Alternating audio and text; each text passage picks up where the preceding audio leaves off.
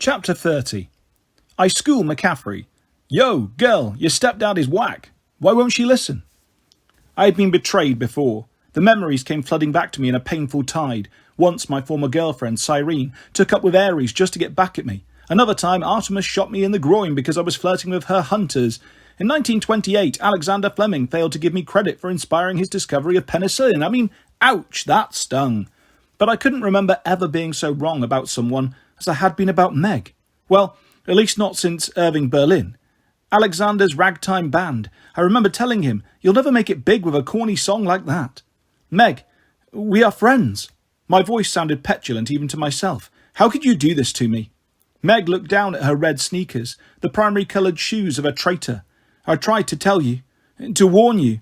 She has a good heart, Nero smiled. But Apollo, you and Meg have been friends for just a few days, and only because I asked Meg to befriend you. I have been Meg's stepfather, protector and caretaker for years. She is a member of the imperial household. I stared at my beloved dumpster waif. Yes, somehow over the past week she had become beloved to me. I could not imagine her as imperial anything, definitely not as a part of Nero's entourage. I risked my life for you, I said in amazement. And that actually means something, because I can die. Nero clapped politely. We're all impressed, Apollo. Now, if you'd open the gates. They've defied me for too long. I tried to glare at Meg, but my heart wasn't in it. I felt too hurt and vulnerable. We gods do not like feeling vulnerable. Besides, Meg wasn't even looking at me. In a daze, I turned to the oak tree gates. I saw now that their fused trunks were marred from Nero's previous efforts. Chainsaw scars, burn marks, bites from axe blades, even some bullet holes. All these had barely chipped the outer bark. The most damaged area was an inch-deep impression in the shape of a human hand, where the wood had bubbled and peeled away. I glanced at the unconscious face of Paulie the Geezer god, strung up and bound with the 5 demigods. Nero, what have you done? Oh, a number of things. We found a way into this antechamber weeks ago. The labyrinth has a convenient opening in the Mermeek's nest, but getting through these gates. You forced the Palikos to help you. I had to restrain myself from throwing my wind chimes at the Emperor. You used a nature spirit to destroy nature. Meg, how can you tolerate this? Peaches growled. For once I had the feeling that the grain spirit might be in agreement with me. Meg's expression was as closed up as the gates. She stared intently at the bones littering the field.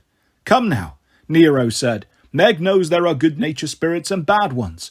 This geezer god was annoying. He kept asking us to fill out surveys. Besides, he shouldn't have ventured so far from his source of power. He was quite easy to capture. His steam, as you can see, didn't do us much good anyway. And the 5 demigods? I demanded. Did you use them too? Of course. I didn't plan on luring them here, but every time we attacked the gates, the grove started wailing. I suppose it was calling for help, and the demigods couldn't resist. The first to wander in was this one. He pointed to Cecil Markovitz. The last 2 they were your own children, Austin and Kayla, yes? They showed up after we forced Paulie to steam the trees. I guess the grove was quite nervous about that attempt. We got 2 demigods for the price of 1. I lost control. I let out a guttural howl and charged the Emperor, intending to wring his hairy excuse for a neck. The Germani would have killed me before I even got that far, but I was saved the indignity. I tripped over a human pelvis and belly surfed through the bones. Apollo! Meg ran towards me. I rolled over and kicked at her like a fussy child. I don't need your help. Don't you understand who your protector is? He's a monster. He's the Emperor who... Don't say it, Nero warned. If you say who fiddled while Rome burned, I will have Vince and Gary flay you for a set of hide armour. You know as well as I do, Apollo, we didn't have fiddles back then, and I did not start the Great Fire of Rome. I struggled to my feet, but you profited from it. Facing Nero, I remembered all the tawdry tales of his rule, the extravagance and cruelty that had made him so embarrassing to me, his forefather. Nero was that relative you never wanted to invite to Lupercalia dinner. Meg, I said, your stepfather watched as 70% of Rome was destroyed. Tens of thousands died. I was 30 miles away in Antium, Nero snarled. I rushed back to the city and personally led the fire brigades. Only when the fire threatened your palace.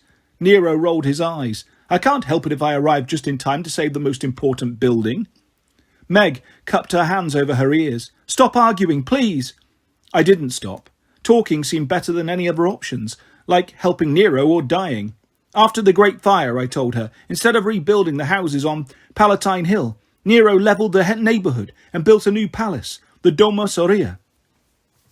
Nero got a dreamy look on his face. Ah, yes, the House of Gold. It was beautiful, Meg. I had my own lake, 300 rooms, frescoes of gold, mosaics done in pearls and diamonds. I could finally live like a human being. You had the nerve to put a 100-foot-tall bronze statue in your front lawn, I said. A statue of yourself, as Sol, Apollo, the sun god. In other words, you claim to be me. Indeed, Nero agreed. Even after I died, the statue lived on. I understand it became famous as the Colossus of Nero. They moved it to the Gladiators' Amphitheatre, and everyone began calling the theatre after the statue, the Colosseum. Nero puffed up his chest. Yes, the statue was the perfect choice. His tone sounded even more sinister than usual. What are you talking about? I demanded. Oh, nothing. He checked his watch, a mauve and gold Rolex. The point is, I had style. The people loved me. I shook my head. They turned against you. The people of Rome were sure you'd started the Great Fire, so you scapegoated the Christians.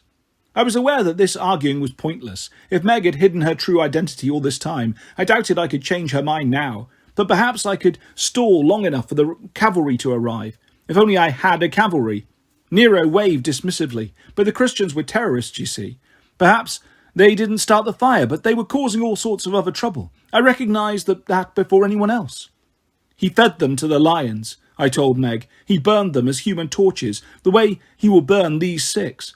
Meg's face turned green. She gazed at the unconscious prisoners on the stakes. Nero, you wouldn't.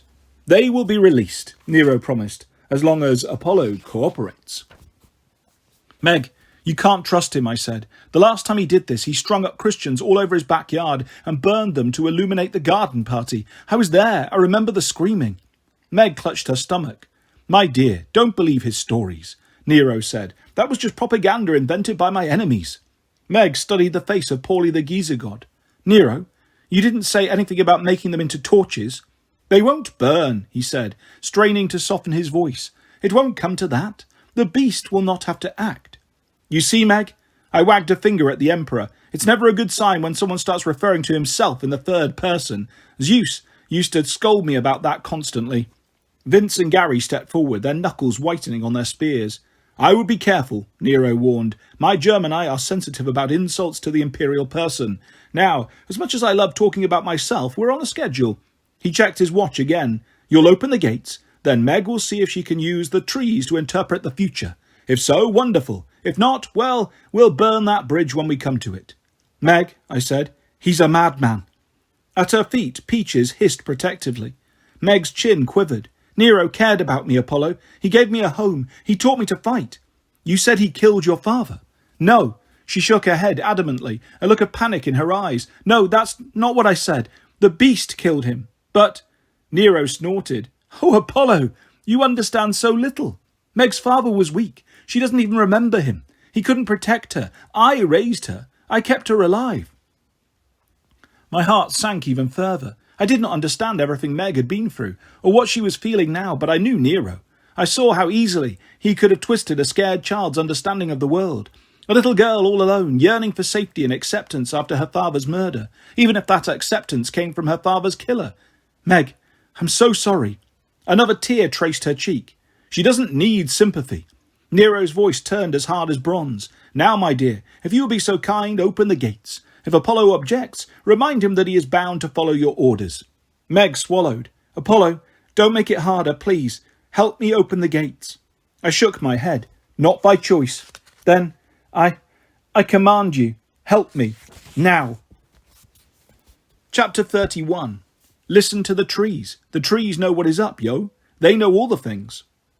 Meg's resolve may have been wavering, but Peaches was not. When I hesitated to follow Meg's orders, the grain spirit bared his fangs and hissed.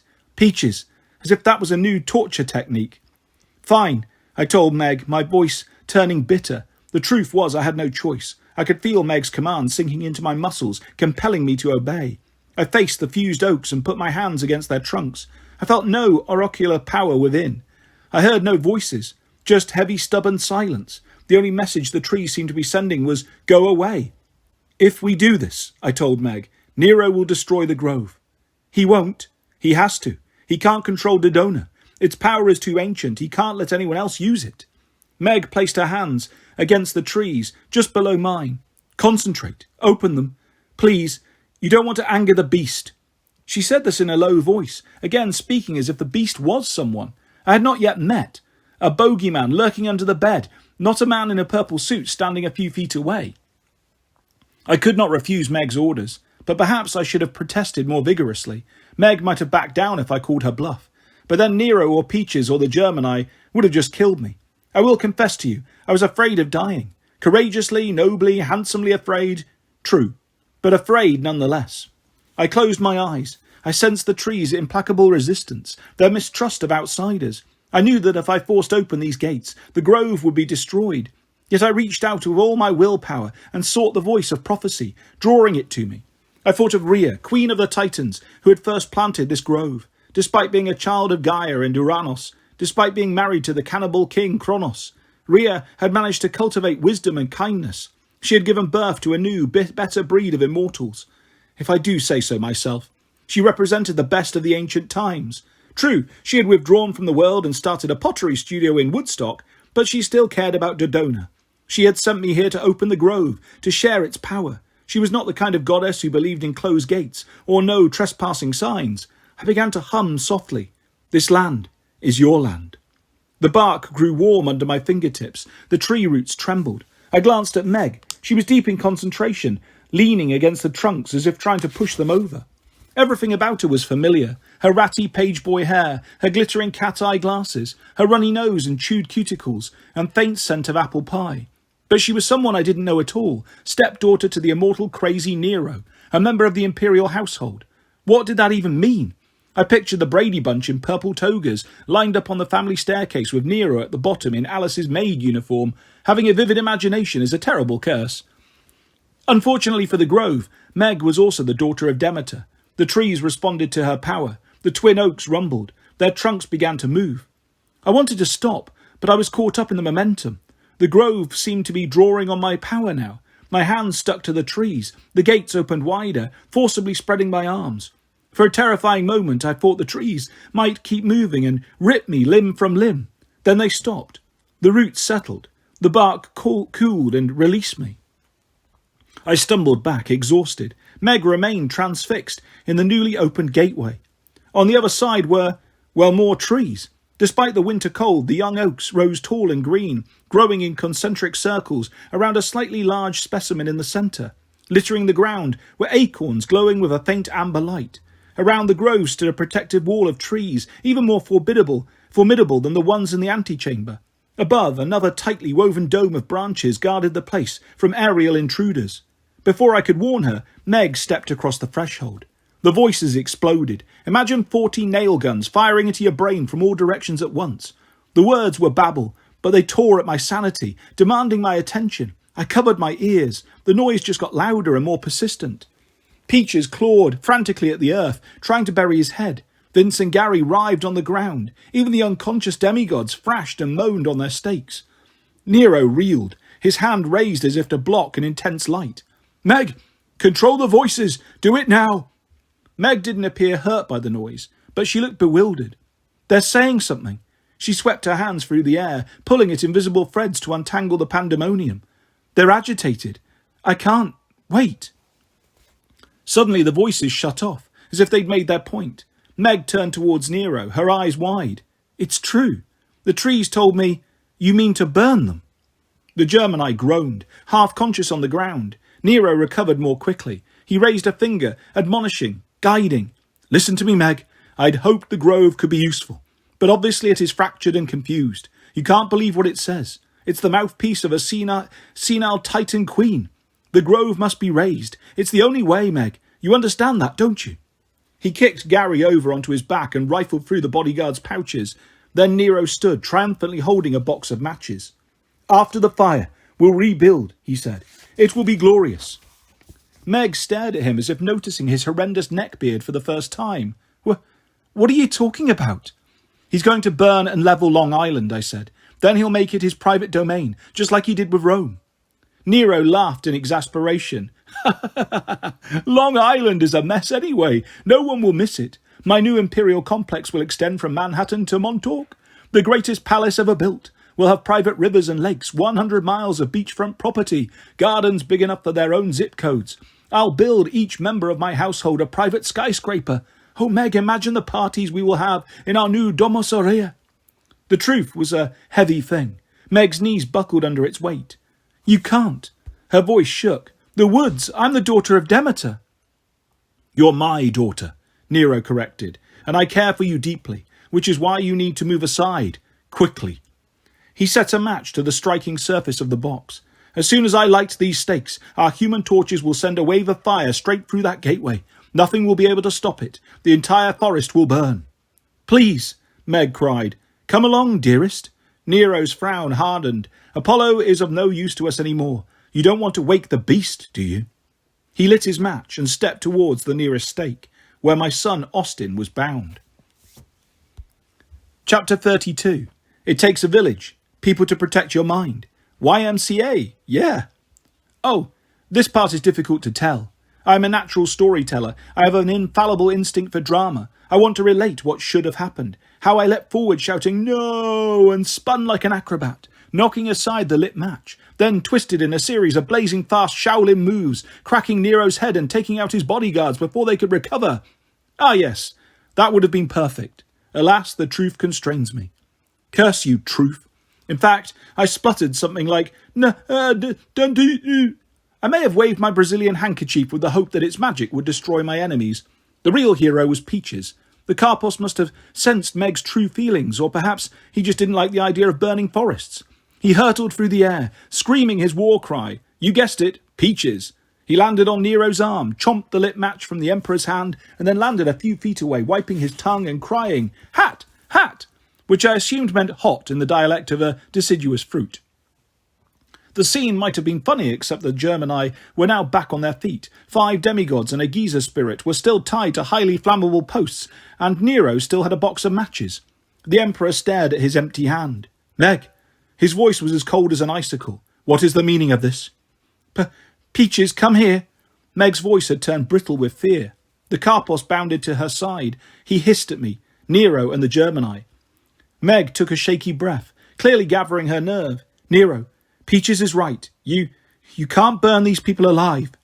Nero sighed. He looked at his bodyguards for moral support, but the Germani still appeared woozy. They were hitting the sides of their heads as if trying to clear water from their ears. "Meg," said the Emperor, "I am trying so hard to keep the beast at bay. Why won't you help me? I know you are a good girl. I wouldn't have allowed you to roam around Manhattan so much on your own, playing the street waif, if I didn't know you could take care of yourself. But softness towards your enemies is not a virtue. You are my stepdaughter. Any of these demigods would kill you without hesitation, given the chance." "Meg, that's not true," I said. "You've seen what Camp Half-Blood is like." She studied me uneasily. Even if it was true," she turned to Nero. "You told me never to lower myself to my enemy's level." "No, indeed." Nero's tone had frayed like a weathered rope. "We are better. We are stronger. We will build a glorious new world. But these nonsense-spewing trees stand in our way, Meg. Like any invasive weeds, they must be burned. And the only way to do that is with a true conflagration. Flames stoked by blood. Let us do this together and not involve the beast, shall we?" Finally, in my mind, something clicked. I remembered how my father used to punish me centuries ago, when I was a young god learning the ways of Olympus. Zeus used to say, "Don't get on the wrong side of my lightning bolts, boy." As if the lightning bolt had a mind of its own, as if Zeus had nothing to do with the punishments he meted out upon me. "Don't blame me," his tone implied. "It's the lightning bolt that seared every molecule in your body." Many years later, when I killed the Cyclops who made Zeus's lightning, it was no rash decision. I'd always hated those lightning bolts. It was easier than hating my father. Nero took the same tone when he referred to himself as the beast. He spoke of his anger and cruelty as if they were forces outside his control. If he flew into a rage, well then, he would hold Meg responsible. The realization sickened me. Meg had been trained to regard her kindly stepfather, Nero, and the terrifying beast as two separate people. I understood now why she preferred to spend her time in the alleys of New York. I understood why she had such quick mood changes, going from cartwheels to full shutdown in a matter of seconds. She never knew what might unleash the beast. She fixed her eyes on me. Her lips quivered. I could tell she wanted a way out, some eloquent argument that would mollify her stepfather and allow her to follow her conscience. But I was no longer a silver-tongued god. I could not out-talk an orator like Nero, and I would not play the beast's blame game. Instead, I took a page from Meg's book. which was always short and to the point. "He's evil," I said. "You're good. You must make your own choice." I could tell that this was not the news Meg wanted. Her mouth tightened. She drew back her shoulder blades as if preparing for a measles shot. Something painful but necessary. She placed her hand on the Karpos' curly scalp. "Peaches," she said in a small but firm voice. "Get the matchbox." The Karpos sprang into action. Nero barely had time to blink before Peaches ripped the box from his hand and jumped back to Meg's side. The Germani readied their spears. Nero raised his hand for restraint. He gave Meg a look that might have been heartbreak, if he had possessed a heart. "I see you weren't ready for this assignment, my dear," he said. "It's my fault. Vince, Gary, detain Meg, but don't hurt her. When we get home." He shrugged, his expression full of regret. "As for Apollo and the little fruit demon, they will have to burn." "No," Meg croaked. Then at full volume she shouted, "No!" and the Grove of Dodona shouted with her. The blast was so powerful it knocked Nero and his guards off their feet. Peaches screamed and beat his head against the ground. This time, however, I was more prepared. As the tree's ear-splitting chorus reached its crescendo, I anchored my mind with the catchiest tune I could imagine. I hummed YMCA, which I used to perform with the village people in my construction worker costume until the Indian chief and I got in a fight over, oh, never mind, that's not important. "Meg," I pulled the brass wind chimes from my pocket and tossed them to her. "Put these on the centre tree." YMCA, focus the grove's energy. YMCA. I wasn't sure she could hear me. She raised the chimes and watched as they swayed and clanked, turning the noise from the trees into snatches of coherent speech. Happiness approaches. The fall of the sun. The final verse. "Would you like to hear our specials today?" Meg's face went slack with surprise. She turned towards the grove and sprinted through the gateway. Peaches crawled after her, shaking his head. I wanted to follow, but I couldn't leave Nero and his guards alone with 6 hostages. Still humming YMCA, I marched towards them. The trees screamed louder than ever, but Nero rose to his knees. He pulled something from his coat pocket, a vial of liquid, and splashed it on the ground in front of him. I doubted that was a good thing, but I had more immediate concerns. Vince and Gary were getting up. Vince thrust his spear in my direction. I was angry enough to be reckless. I grabbed the point of his weapon and yanked the spear up, smacking Vince under his chin. He fell, stunned, and I grabbed fistfuls of his hide armour. He was easily twice my size. I didn't care. I lifted him off his feet. My arms sizzled with power. I felt invincibly strong, the way a god should feel. I had no idea why my strength had returned, but I decided this was not the moment to question my good luck. I spun Vince like a discus, tossing him skyward with such force that he punched a Germanus-shaped hole in the tree canopy and sailed out of sight. Kudos to the Imperial Guard for having stupid amounts of courage. Despite my show of force, Gary charged me. With one hand I snapped his spear, with the other I punched a fist straight through his shield and hit the chest with enough might to fell a rhinoceros. He collapsed in a heap. I faced Nero. I could already feel my strength ebbing. My muscles were returning to their pathetic mortal flabbiness. I just hoped I'd have enough time to rip off Nero's head and stuff it down his mauve suit. The Emperor snarled. "You're a fool, Apollo. You always focus on the wrong thing." He glanced at his Rolex. "My wrecking crew will be here in any minute. Once Camp Half-Blood is destroyed, I'll make it my new front lawn. Meanwhile, you'll be here, putting out fires." From his waistcoat pocket, he produced a silver cigarette lighter, typical of Nero to keep several forms of fire-making close at hand. I looked at the glistening streaks of oil he had splashed on the ground. Greek fire, of course. "Don't," I said. Nero grinned. "Goodbye, Apollo. Only 11 more Olympians to go." And he dropped the lighter. I did not have the pleasure of tearing Nero's head off. Could I have stopped him from fleeing? Possibly. But the flames were roaring between us, burning grass and bones, tree roots and the earth itself. The blaze was too strong to stamp out, if Greek fire even could be stamped out, and it was rolling hungrily towards the 6 bound hostages. I let Nero go. Somehow he hauled Gary to his feet and lugged the punch-drunk Germanus towards the ant's nest. Meanwhile I ran to the stakes. The closest was Austin's. I wrapped my arms around the base and pulled, completely disregarding proper heavy-lifting techniques. My muscles strained. My vision swam with the effort. I managed to raise the stake enough to topple it backwards. Austin stirred and groaned. I dragged him, cocoon and all, to the other side of the clearing, as far from the fire as possible. I would have brought him into the Grove of Dodona, but I had a feeling I wouldn't be doing him any favours by putting him in a dead-end clearing full of insane voices in the direct path of approaching flames. I ran back to the stakes.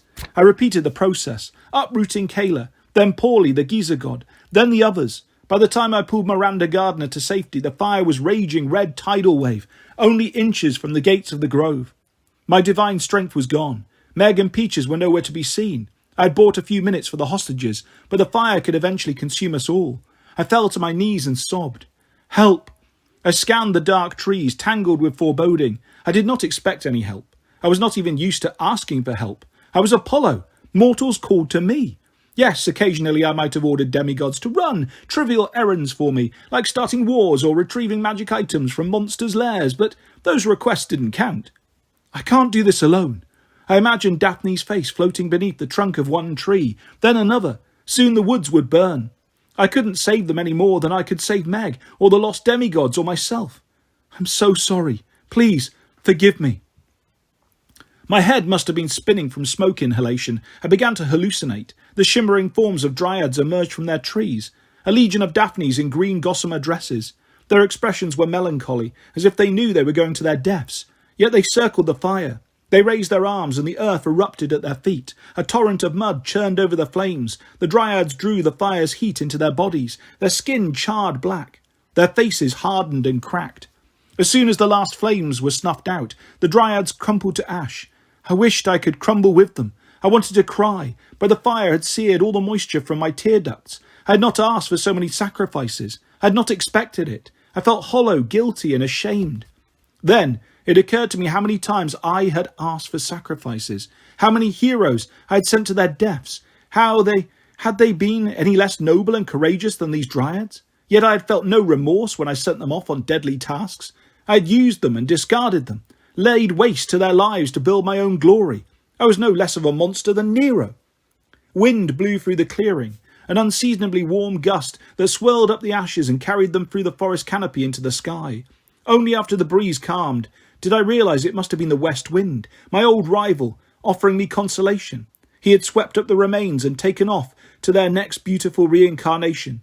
After all these centuries, Zephyros had accepted my apology. I discovered I had some tears left after all. Behind me someone groaned. Where am I? Austin was awake. I crawled to his side, now weeping with relief, and kissed his face. My beautiful son. He blinked at me in confusion. His cornrows were sprinkled with ashes like frost on a field. I suppose it took a moment for him to process why he was being fawned over by a hungry, half-deranged boy with acne. Ah, right, Apollo. He tried to move. What the? Why am I wrapped in smelly bandages? Could you free me, maybe? I laughed hysterically, which I doubt helped Austin's peace of mind. I clawed at his bindings, but made no progress. Then I remembered Gary's snapped spear. I retrieved the point and spent several minutes sawing Austin free. Once pulled from the stake, he stumbled around trying to shake the circulation back into his limbs. He took in the scene, the smouldering forest, the other prisoners. The grove of Dodona had stopped its wild chorus of screaming. When had that happened? A radiant amber light now glowed from the gateway. What's going on? Austin asked. Also, where is my saxophone? Sensible questions. I wished I had sensible answers. All I knew was that Meg McCaffrey was still wandering in the grove, and I did not like the fact that the trees had gone silent. I stared at my weak mortal arms. I wondered why I had experienced a sudden surge of divine strength when facing the Gemini. Had my emotions triggered it? Was it the first sign of my godly vigour returning for good? Or perhaps Zeus was just messing with me again, giving me a taste of my old power before yanking it away once more. Remember this, kid. Well, you can't have it. I wished I could summon that strength again, but I would have to make do. I handed Austin the broken spear. Free the others.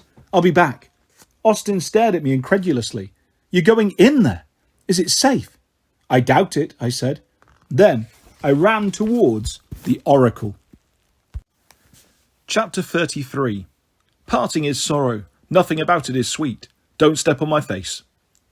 The trees were using their inside voices. As I stepped through the gateway, I realised they were still talking in conversational tones, babbling nonsensically like sleepwalkers at a cocktail party. I scanned the grove. No sign of Meg. I called her name. The trees responded by raising their voices, driving me cross-eyed with dizziness. I steadied myself on the nearest oak. Watch it, man, the tree said. I lurched forward, the trees trading bits of verse as if playing a game of rhymes. Caves of blue, strike the hue. Westward burning, Pages turning. Indiana, ripe banana, happiness approaches, serpents and roaches. None of it made sense, but each line carried the weight of prophecy. It felt as if dozens of important statements, each vital to my survival, were being blended together, loaded in a shotgun and fired at my face. Oh, that's a rather good image. I'll have to use it in a haiku. Meg, I called again. Still no reply. The grove did not seem so large. How could she not hear me? How could I not see her? I slogged along, humming a perfect A440 Hertz tone to keep myself focused. When I reached the second ring of trees, the oaks became more conversational. Hey, buddy, got a quarter? One asked. Another tried to tell me a joke about a penguin and a nun walking into a Shake Shack. A third oak was giving its neighbour an informal sales pitch about a food processor. And you won't believe what it does with pasta. Wow, said the other tree. It makes pasta too? French linguine in minutes, the sales oak infused. I did not understand why an oak tree would want linguine, but I kept moving. I was afraid that if I listened too long, I would order the food processor for 3 easy instalments of $39.99 and my sanity would be lost forever. Finally, I reached the centre of the grove. On the far side of the largest oak tree, Meg stood with her back to the trunk, her eyes closed tight. The wind chimes were still in her hand, but they hung forgotten at her side. The brass cylinders clanked, muted against her dress. At her feet, Peaches rocked back and forth, giggling. Apples? Peaches. Mangoes? Peaches. Meg. I touched her shoulder. She flinched. She focused on me as if I were a clever optical illusion. Her eyes simmered with fear. It's too much, she said. Too much. The voices had her in their grip. It was bad enough for me to endure, like 100 radio stations playing at once, forcibly splitting my brain into different channels. But I was used to prophecies. Meg, on the other hand, was a daughter of Demeter. The trees liked her. They were all trying to share with her, to get her attention at the same time. Soon, they would permanently fracture her mind. The wind chimes, I said. Hang them in the tree. I pointed to the lowest branch, well above our heads. Alone, neither of us could reach it, but if I gave Meg a boost.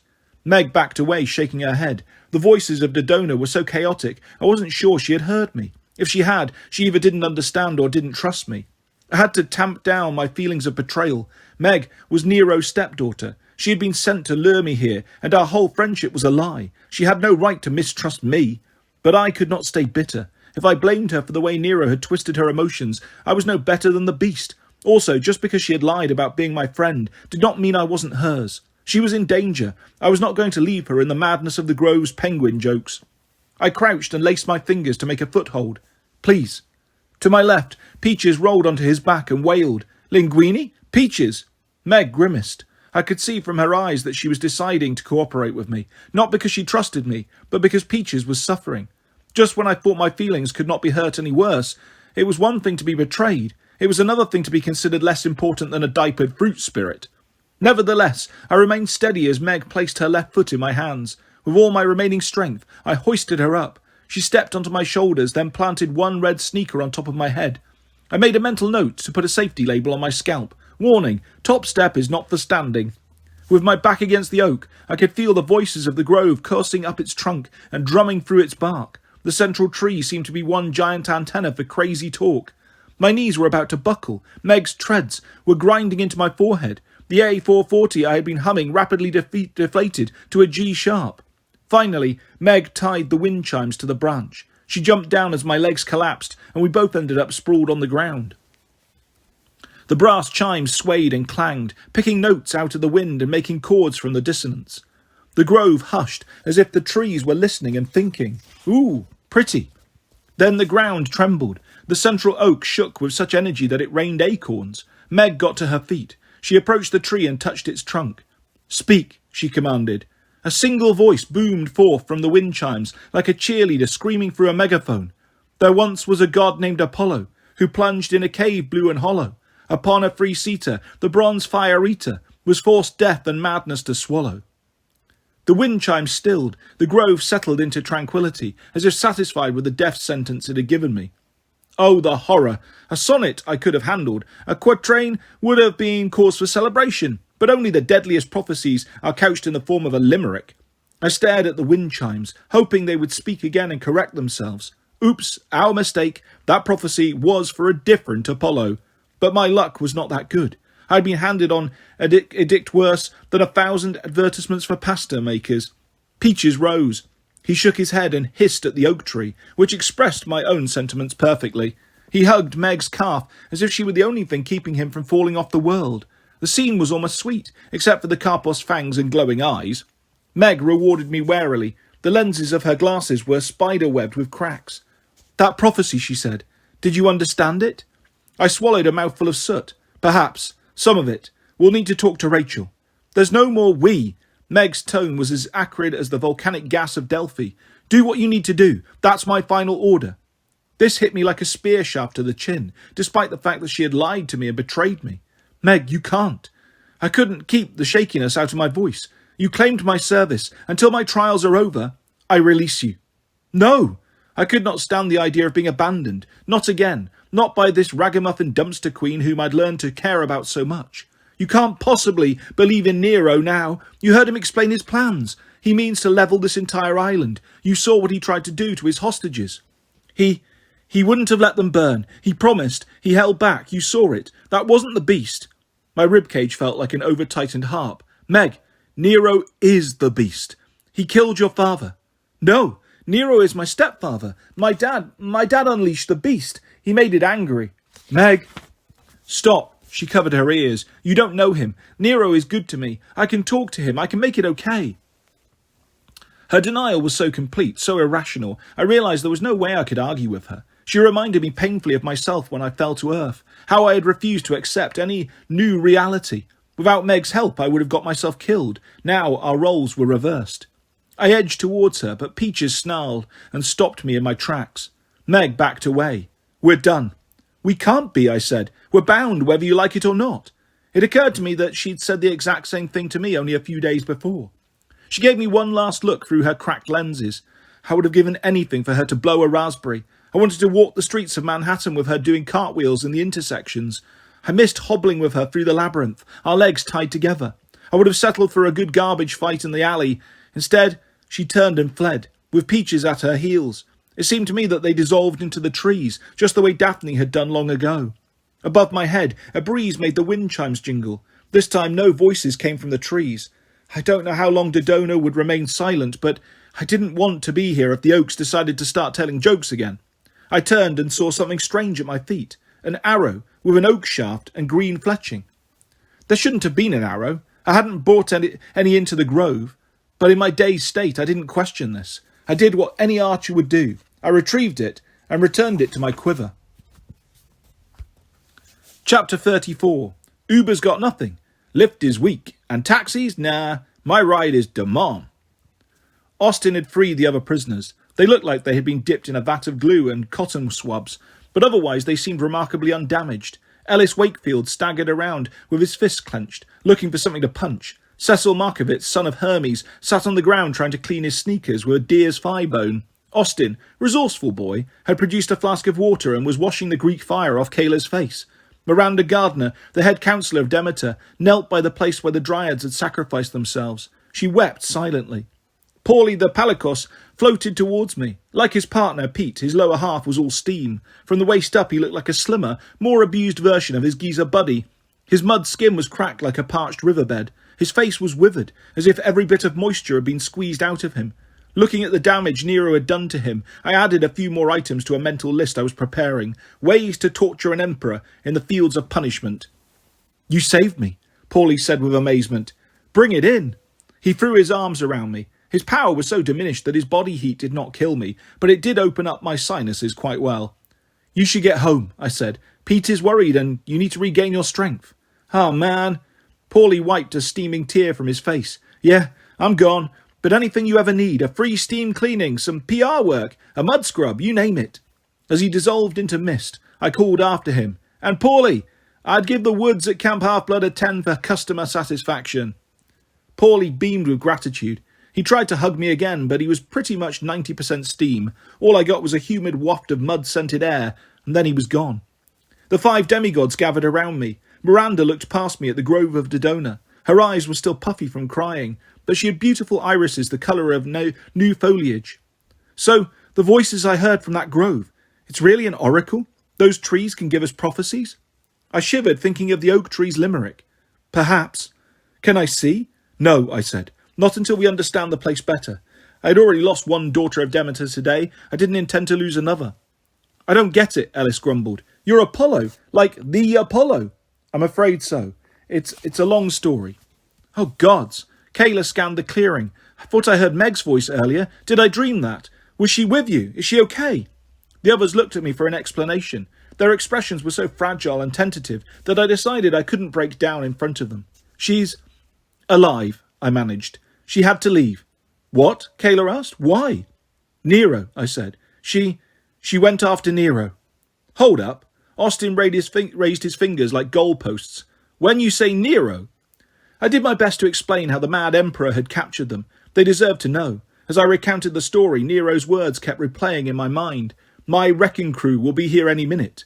Once Camp Half-Blood is destroyed, I'll make it my new front lawn.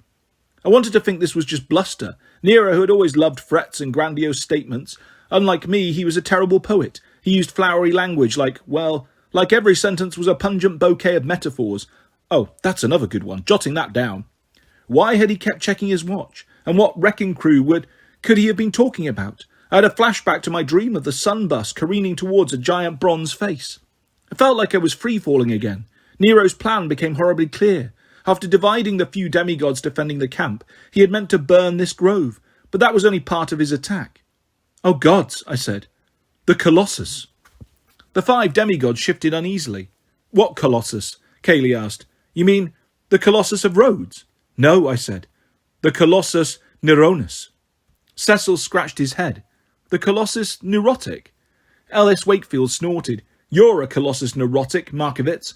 Apollo's talking about the big replica of Nero that stood outside the amphitheatre in Rome, right? I'm afraid so, I said. While we're standing here, Nero is going to try to destroy Camp Half-Blood, and the Colossus will be his wrecking crew. Miranda flinched. You mean a giant statue is about to stomp on camp? I thought the Colossus was destroyed centuries ago. Ellis frowned. Supposedly. So was the Athena Parthenos, though, and now that's sitting on top of Half-Blood Hill. The others' expressions turned grim. When a child of Ares makes a valid point, you know the situation is serious. Speaking of Athena, Austin picked some incendiary fluff off his shoulder. Won't the statue protect us? I mean, that's what she's there for, right? She will try, I guessed. But you must understand that the Athena Parthenos draws her power from her followers. The more demigods under her care, the more formidable her magic. And right now, the camp is practically empty, Miranda finished. Not only that, I said, but the Athena Parthenos is roughly 40 feet tall. If memory serves, Nero's Colossus was more than twice that. Ellis grunted. So they're not the same weight class. It's an uneven match. Cecil Markovitz stood a little straighter. Guys, did you feel that? I thought he might be playing one of his Hermes pranks. Then the ground shook again, ever so slightly. From somewhere in the distance came a rumbling sound like a battleship scraping over a sandbar. Please tell me that was thunder, Kayla said. Ellis cocked his head, listening. It's a war machine. A big automaton wading ashore about a half a click from here. We need to get to camp right now. No one argued with Ellis's assessment. I suppose he could distinguish between the sounds of war machines the same way I could pick out an off-tuned violin in a Rachmaninoff symphony. To their credit, the demigods rose to the challenge. Despite the fact that they had been recently bound, doused in flammable substances and staked like human tiki torches, they closed ranks and faced me with determination in their eyes. How do we get out of here? Austin asked. The Mermeek's lair? I felt suddenly suffocated, partly because I had 5 people looking at me as if I knew what to do. I didn't. In fact, if you want to know a secret, we gods usually don't. When confronted with answers, we usually say something Rhea like, you will have to find out for yourself, or true wisdom must be earned. But I didn't think that would fly in this situation. Also, I had no desire to plunge back into the ant's nest. Even if we made it through alive, it would take much too long. Then we would have to run perhaps half the length of the forest. I stared at the vince-shaped hole in the canopy. I don't suppose any of you can fly? They shook their heads.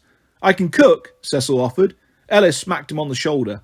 I looked back at the Mermeek's tunnel. The solution came to me like a voice whispering in my ear. You know someone who can fly, stupid. It was a risky idea. Then again, rushing off to fight a giant automaton was also not the safest plan of action.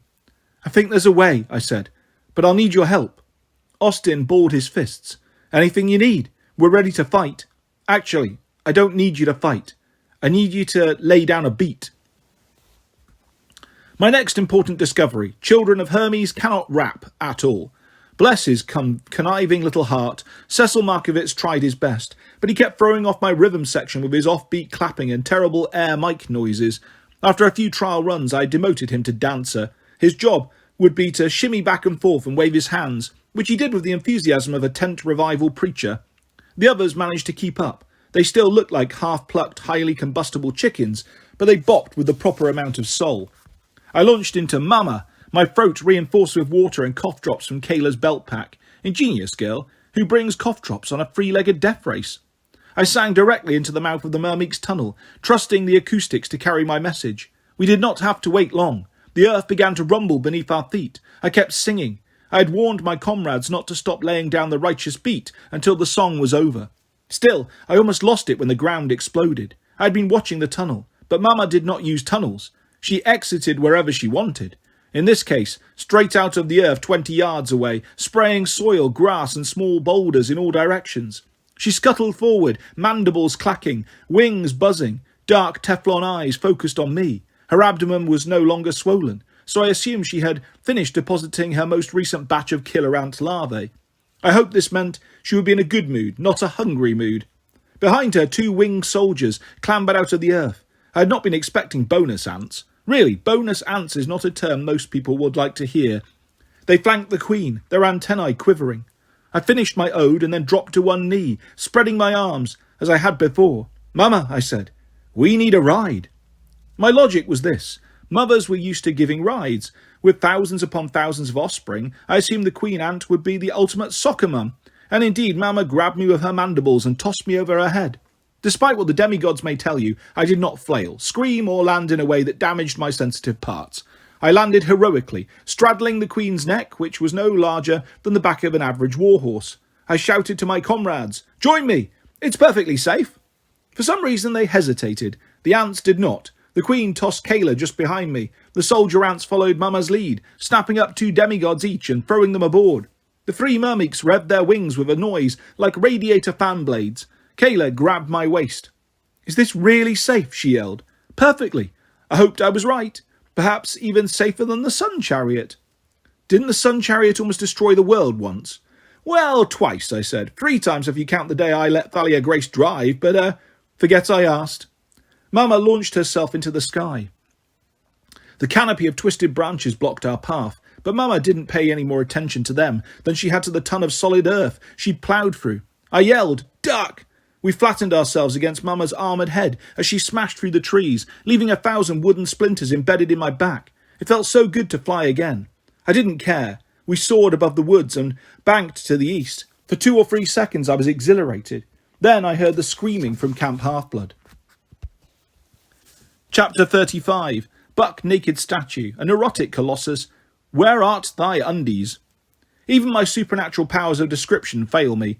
Imagine seeing yourself as a 100-foot-tall bronze statue, a replica of your own magnificence, gleaming in the late afternoon light. Now imagine that this ridiculously handsome statue is wading out of Long Island Sound onto the North Shore. In his hand is a ship's rudder, a blade the size of a stealth bomber, fixed to a 50-foot-long pole, and Mr. Gorgeous is raising said rudder to smash the crud out of Camp Half-Blood. This was the sight that greeted us as we flew in from the woods. How is that thing alive? Kayla demanded. What did Nero do? Order it online? The Triumvirate has vast resources, I told her. They've had centuries to prepare. Once they reconstructed the statue, all they had to do was fill it with some animating magic. Usually the harnessed life force of wind or water spirits. I'm not sure. That's really more of a Hephaestus' speciality. So how do we kill it? I'm working on that. All across the valley, campers screamed and ran for their weapons. Nico and Will were floundering in the lake, apparently having been capsized in the middle of a canoe ride. Chiron galloped through the dunes, harrying the Colossus with his arrows. Even by my standards, Chiron was a very fine archer. He targeted the statue's joints and seams, yet his shots did not seem to bother the automaton at all. Already dozens of missiles stuck from the Colossus's armpits and neck like unruly hair. More quivers! Chiron shouted. Quickly! Rachel Dare stumbled from the armoury, carrying 6, and she ran to resupply him. The Colossus brought down his rudder to smash the dining pavilion, but his blade bounced off the camp's magical barrier, sparking as if it had hit solid metal. Mr. Gorgeous took another step inland, but the barrier resisted him. pushing him back with the force of a wind tunnel. On Half-Blood Hill, a silver aura surrounded the Athena Parthenos. I wasn't sure the demigods could see it, but every so often a beam of ultraviolet light shot from Athena's helmet like a search lamp, hitting the Colossus's chest and pushing back the invader. Next to her in the tall pine tree, the golden fleece blazed with fiery energy. The dragon, Peleus, hissed and paced around the trunk, ready to defend his turf. These were powerful forces, but I did not need godly sight to tell me that they would soon fail. The camp's defensive barriers were designed to turn away the occasional stray monster, to confuse mortals and prevent them from detecting the valley, and to provide a first line of defence against invading forces. A criminally beautiful 100-foot-tall celestial bronze giant was another thing entirely. Soon the Colossus would break through and destroy everything in its path. Apollo! Kayla nudged me in the ribs. What do we do? I stirred, again with the unpleasant realisation that I was expected to have answers. My first instinct was to order a seasoned demigod to take charge. Wasn't it the weekend yet? Where was Percy Jackson or those Roman praetors Frank Zhang and Reina Ramirez Arellano? Yes, they would have done nicely. My second instinct was to turn to Meg McCaffrey. How quickly I had grown used to her annoying yet strangely endearing presence. Alas, she was gone. Her absence felt like a colossus stomping upon my heart. This was an easy metaphor to summon, since the colossus was presently stomping on a great many things. Flanking us on either side, the soldier ants flew in formation, awaiting the Queen's orders. The demigods watched me anxiously, random bits of bandage fluff swirling from their bodies as we sped through the air. I leaned forward and spoke to Mama in a soothing tone. I know I cannot ask you to risk your life for us. Mama hummed as if to say, You're damn right. Just give us one pass around the statue's head, I asked, enough to distract it, then set us down on the beach. She clicked her mandibles doubtfully. You're the best mama in the whole world, I added, and you look lovely today. That line always worked with Leto. It did the trick with Mama Ant too. She twitched her antennae, perhaps sending a high-frequency signal to her soldiers, and all three ants banked hard to the right. Below us, more campers joined the battle. Sherman Yang had harnessed 2 Pegasi to a chariot and was now circling the statue's legs, while Julia and Alice threw electric javelins at the Colossus's knees. The missiles stuck in his joints, discharging tendrils of blue lightning, but the statue barely seemed to notice. Meanwhile at his feet, Connor Stoll and Harley used twin flamethrowers to give the Colossus a molten pedicure, while the Nike twins manned a catapult, lobbing boulders at the Colossus's celestial bronze crotch. Malcolm Pace, a true child of Athena, was coordinating the attacks from a hastily organised command post on the green. He and Nissa had spread war maps across a card table and were shouting targeted coordinates, while Chiara, Damien, Paolo and Billy rushed to set up ballistae around the communal hearth. Malcolm looked like the perfect battlefield commander, except for the fact that he'd forgotten his jeans. His red briefs made quite a statement, with his sword and leather cuirass. Mama dived towards the Colossus, leaving my stomach at a high altitude. I had a moment to appreciate the statue's regal features. Its metal brow rimmed with a spiky crown meant to represent the beams of the sun. The Colossus was supposed to be Nero as the sun god, but the Emperor had wisely made the face resemble mine more closely than his. Only the line of its nose and its ghastly neck beard suggested Nero's trademark ugliness. Also, did I mention that the 100-foot statue was entirely nude? Well, of course it was. Gods are almost always depicted as nude, because we are flawless beings. Why would you cover up perfection? Still, it was a little disconcerting to see my buck-naked self stomping around, slamming a ship's rudder at Camp Half-Blood. As we approached the Colossus, I bellowed loudly, Imposter! I am the real Apollo! You're ugly! Oh dear reader, it was hard to yell such words at my own handsome visage, but I did. Such was my courage. The Colossus did not like being insulted. As Mama and her soldiers veered away, the statue swung its rudder upward. Have you ever collided with a bomber? I had a sudden flashback to Dresden in 1945, when the planes were so thick in the air that I literally could not find a safe lane to drive in. The axle on the Sun Chariot was out of alignment for weeks after that. I realised the ants were not fast enough flyers to escape the rudder's reach. I saw catastrophe approaching in slow motion. At the last possible moment, I yelled, Dive! We plunged straight down. The rudder only clipped the ant's wings, but it was enough to send us spiralling towards the beach. I was grateful for soft sand. I ate quite a bit of it when we crash-landed. By sheer luck, none of us died, though Kayla and Austin had to pull me to my feet. Are you okay? Austin asked. Fine, I said. We must hurry. The Colossus stared down at us. perhaps trying to discern whether we were dying in agony yet or needed some additional pain. I had wanted to get his attention, and I had succeeded. Huzzah! I glanced at Mama and her soldiers, who were shaking the sand off their carapaces. Thank you. Now save yourselves. Fly.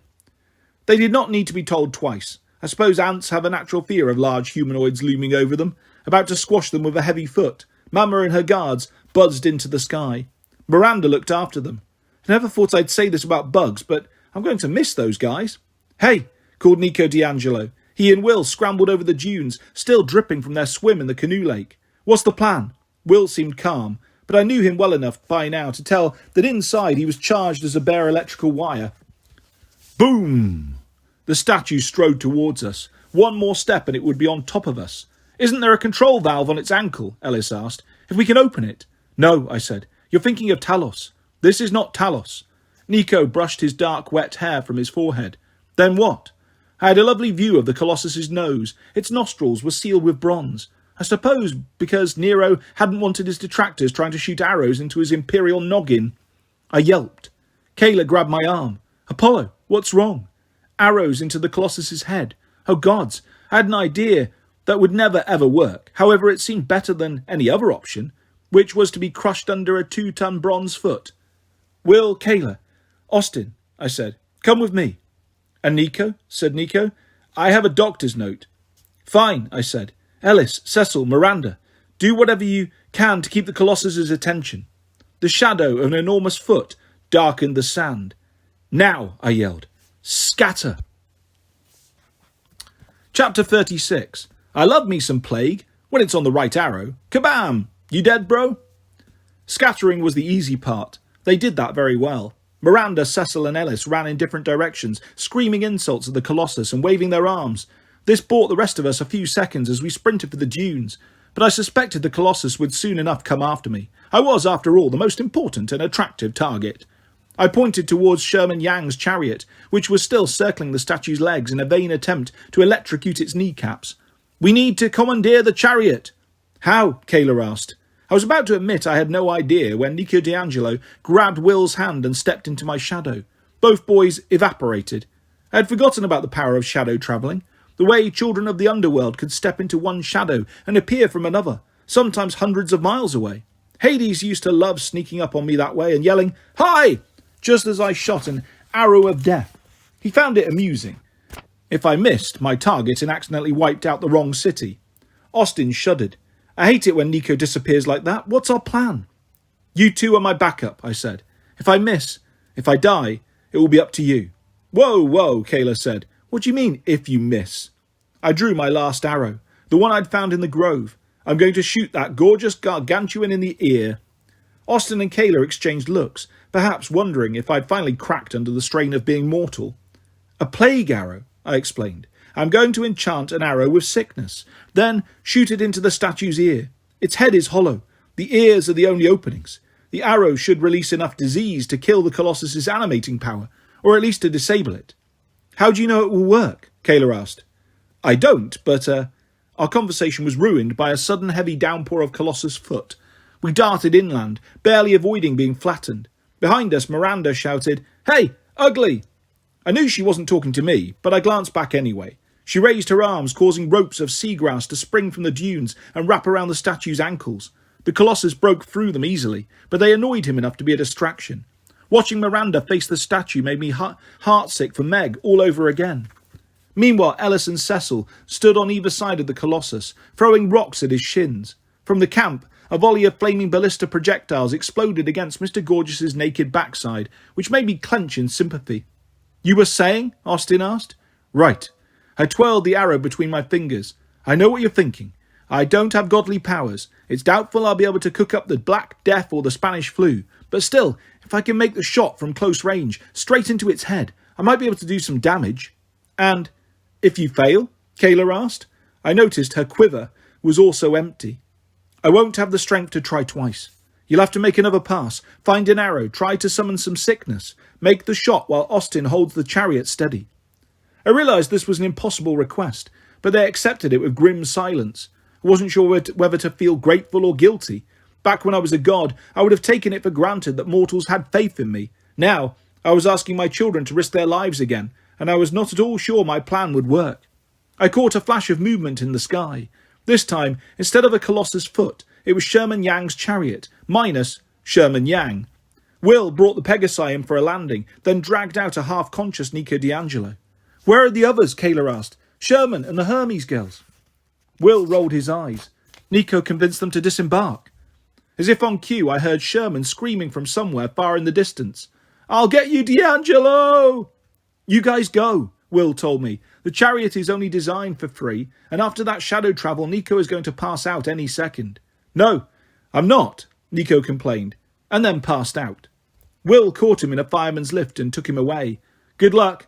I'm going to get the Lord of Darkness here some Gatorade." Austin hopped in first and took the reins.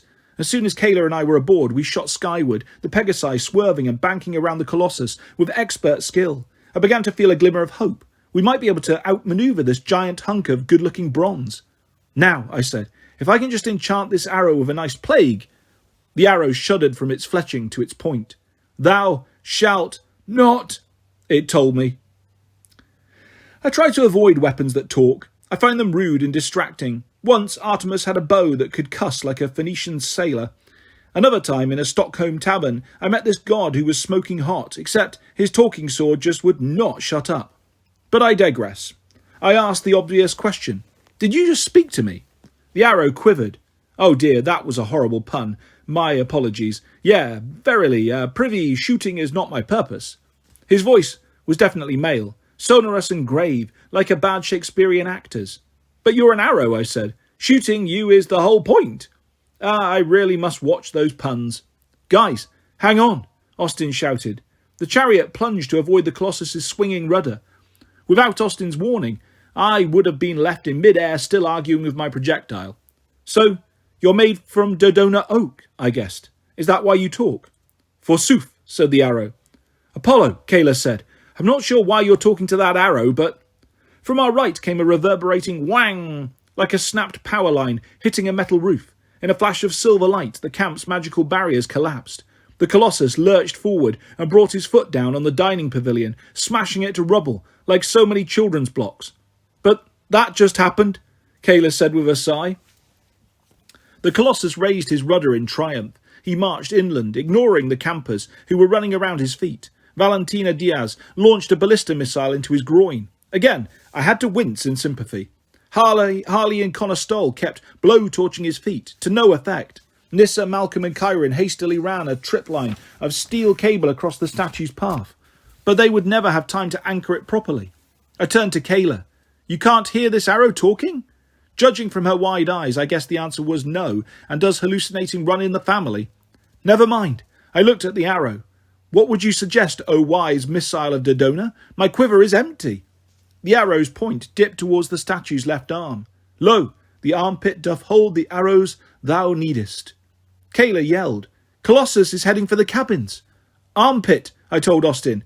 Fly for the armpit." That wasn't an order one heard much in combat, but Austin spurred the Pegasi into a steep ascent. We buzzed the forest of arrows sticking out of the Colossus's arm seam, but I completely overestimated my mortal hand-eye coordination. I lunged for the shafts and came up empty. Kayla was more agile. She snagged a fistful but screamed when she yanked them free. I pulled her to safety. Her hand was bleeding badly, cut from the high-speed grab. "I'm fine," Kayla yelped. Her fingers were clenched, splattering drops of red all over the chariot's floor. "Take the arrows." I did. I tugged the Brazilian flag bandana from around my neck and gave it to her. "Bind your hand," I ordered. "There's some ambrosia in my coat pocket." "Don't worry about me." Kayla's face was as green as her hair. "Make the shot. Hurry." I inspected the arrows. My heart sank. Only one of the missiles was unbroken, and its shaft was warped. It would be almost impossible to shoot. I looked again at the talking arrow. "Thou shalt not thinkest about it," he intoned. "Enchant thou the warped arrow." I tried. I opened my mouth, but the proper words of enchantment were gone from my mind. As I feared, Lester Papadopoulos simply did not possess the power. "I can't." "I shalt assist," promised the arrow of Dodona. "Startest thou, plaguey, plaguey, plaguey." "The enchantment does not start plaguey, plaguey, plaguey." "Who are you talking to?" Austin demanded. "My arrow. I need more time." "We don't have more time." Kayla pointed with her wrapped, bloody hand. The Colossus was only a few steps away from the central green. I wasn't sure the demigods even realised how much danger they were in. The Colossus could do much more than just flatten buildings. If he destroyed the central half, the sacred shrine of Hestia, he would extinguish the very soul of the camp. The valley would be cursed and uninhabitable for generations. Camp Half-Blood would cease to exist. I realised I had failed. My plan would take much too long. If I could even remember how to make a plague arrow, this was my punishment for breaking an oath on the river Styx. Then, from somewhere above us, a voice yelled, "Hey, bronze butt!" Over the Colossus's head, a cloud of darkness formed, like a cartoon dialogue bubble. Out of the shadows dropped a furry black monster dog, a hellhound, and astride his back was a young man with a glowing bronze sword. The weekend was here. Percy Jackson had arrived. Chapter 37. Hey, look, it's Percy. Least he could do was help out. Taught him everything. I was too surprised to speak. Otherwise, I would have warned Percy what was about to happen. Hellhounds are not fond of heights. When startled, they respond in a predictable way. The moment Percy's faithful pet landed on top of the moving Colossus, she yelped and proceeded to wee-wee on said Colossus's head. The statue froze and looked up, no doubt wondering what was trickling down his imperial sideburns. Percy leapt heroically from the mount and slipped in Hellhound P. He nearly slid off the statue's brow. "What the, Mrs. O'Leary, jeez!" The Hellhound bayed in apology. Austin flew our chariot to within shouting distance. "Percy!" The son of Poseidon frowned across at us. "All right, who unleashed the giant bronze guy? Apollo, did you do this?" "I am offended," I cried. "I am only indirectly responsible for this. Also, I have a plan to fix it." "Oh yeah?" Percy glanced back at the destroyed dining pavilion. "How's that going?" With my usual level-headedness, I stayed focused on the greater good.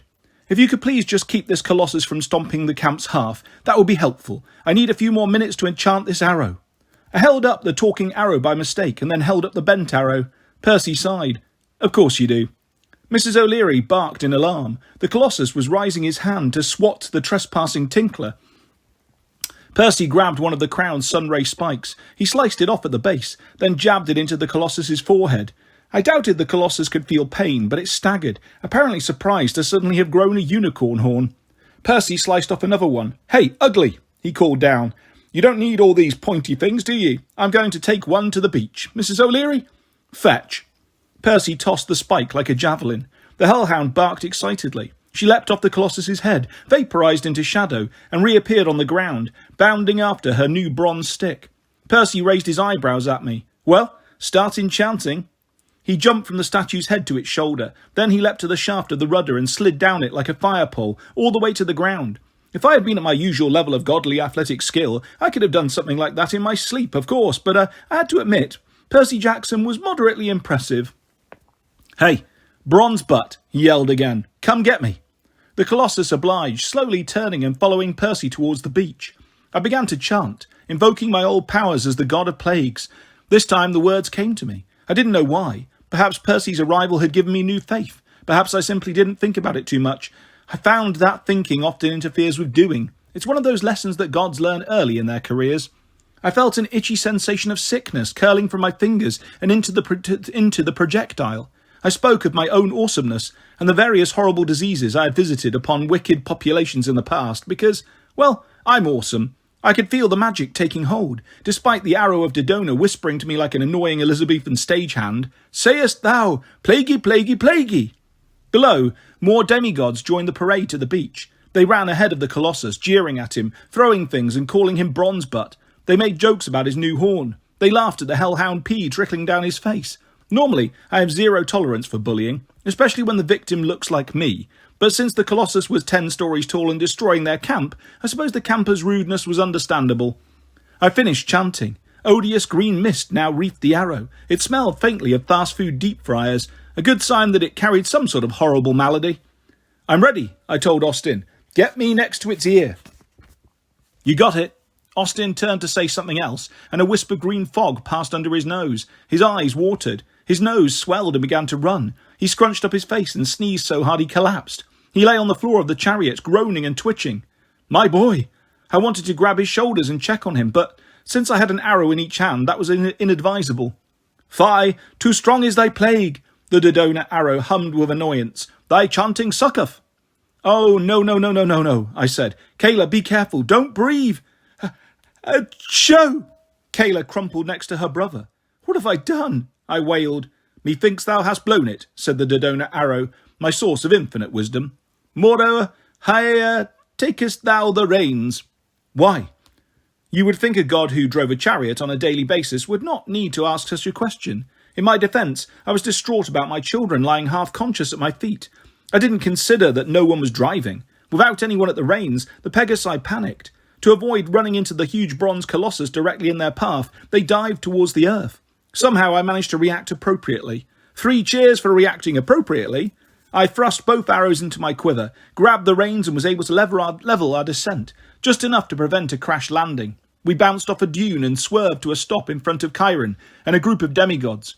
Our entrance might have looked dramatic if the centrifugal force hadn't thrown Kayla, Austin and me from the chariot. Did I mention I was grateful for soft sand? The Pegasi took off, dragging the battered chariot into the sky and leaving us stranded. Chiron galloped to our side, a cluster of demigods in his wake. Percy Jackson ran towards us from the surf, while Mrs. O'Leary kept the Colossus occupied with a game of keep-away. I doubt that would hold the statue's interest very long, once he realised there was a group of targets right behind him, just perfect for stomping.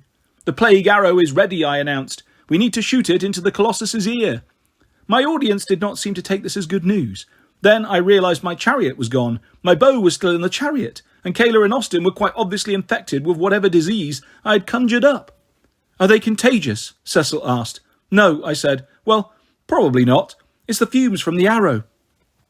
Everyone backed away from me. Cecil, Chiron said, you and Harley take Kayla and Austin to the Apollo cabin for healing. But they are the Apollo cabin, Harley complained. Besides, my flamethrower. You can play with your flamethrower later, Chiron promised. Run along, there's a good boy.